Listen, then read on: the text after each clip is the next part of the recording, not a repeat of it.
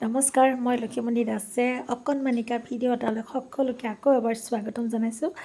দিনটো ইমানেই ব্যস্ত নহয়, মই নহয় মানে প্ৰত্যেকজনী গৃহিণীয়ে ৰাতিপুৱা যেতিয়া শোৱাৰ পৰা উঠিব নহয় বিচনাখন, সেই তেতিয়াই টাটা বাই বাই কৰি আহিব লাগে নহয়নে বিচনাখনক। মানে বিচনাখন আকৌ কেতিয়ানো দেখা পাম, গোটেই শৰীৰটোৰে আৰাম কৰিব তাৰ ঠিক নাই। ইমান কাম বাপৰে, দিনটো ইমান ব্যস্ততাৰ মাজত পাৰ হয়। গধূলি সময় মানে অলপমান যেতিয়া কামটো কমি আহে নহয়, যেতিয়া ঘৰত ধূনা বাতি জ্বলোৱা হৈ যায়, গৰু ছাগলী বন্ধা হৈ যায়, তাৰপিছত অলপমান ৰিলেক্স ফিল লাগে নহয়, একাপ ধুনীয়াকৈ চাহ খাব মন যায়। আৰু সেই চাহকাপ আজি মই এনেকৈ খালোঁ। মাইনাহঁতো সেইটো সময়ত খোৱাৰ পৰা উঠিলে যিহেতু, কিনো বনাওঁ চটপটা কিবা এটা বনাওঁ, বতৰটো যিহেতু ঠাণ্ডা। তাৰপিছত ভাবিলোঁ ঘৰতে মুড়ি আছে, কেঁচা বুট আছে, মগু চানা আৰু এনেদৰে পিঁয়াজ জলকীয়া মিঠাতেল কাটি ধুনীয়াকৈ দি পেলাই মিশ্ৰণ কৰি ল'লোঁ।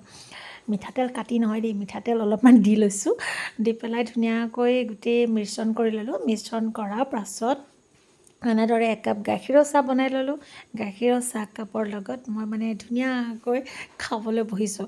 সন্মুখত মাইনাই কৈছোঁ অকণমান ভিডিঅ' কৰি দিয়া, মই যে বনাইছোঁ আৰু খোৱাটো অকণমান দেখাই দিয়া ন। তাৰপিছত তাই অকণমান ভিডিঅ' কৰি দিলে। তাৰপিছত মই অলপমান খালোঁ, অলপমান প্লেটত থৈ দিছোঁ, মানে বেছি হৈ গ'লগৈ। আমি তিনিজনী মানুহ থাকোঁ নহয়, তিনিজনী মানুহৰ কাৰণে অলপমান বেছিয়ে হৈ গ'লগৈ। সেইকাৰণে বাতিটোত যিহেতু বেছি আছে সেইখিনি মই অকণমান খাইছোঁ, প্লেটত থৈ দিছোঁ। আজি